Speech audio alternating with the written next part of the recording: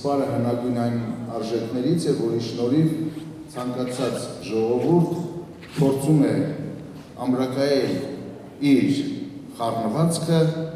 եւ հավաքական կերպարը։ Եվ այսօր մենք ձևաչափը կարծեք մի փոքրիկ փոխել ենք եւ փորձելու ենք մեկտեղել եւ պարային նոր բեմադրություններով, այսօր փորձելու ենք նաեւ Բարի միջազգային օրվա կապակցությամբ ներկայացնել Սրբույն Լիսիցյանի հայ ժողովրդի պարերը եւ թատերական ներկայացումները գրքի առաջին հատորի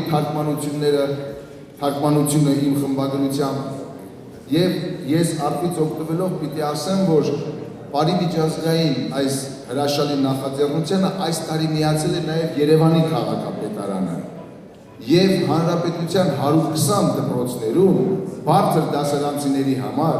այսօր նույն ժամին, ժամը 3-ին համալսարանի մեր ուսանողների անմիջական նախաձեռնությամբ ուսուցանվելու է հայկական ժողովրդական ավանդական քոչարի պարը։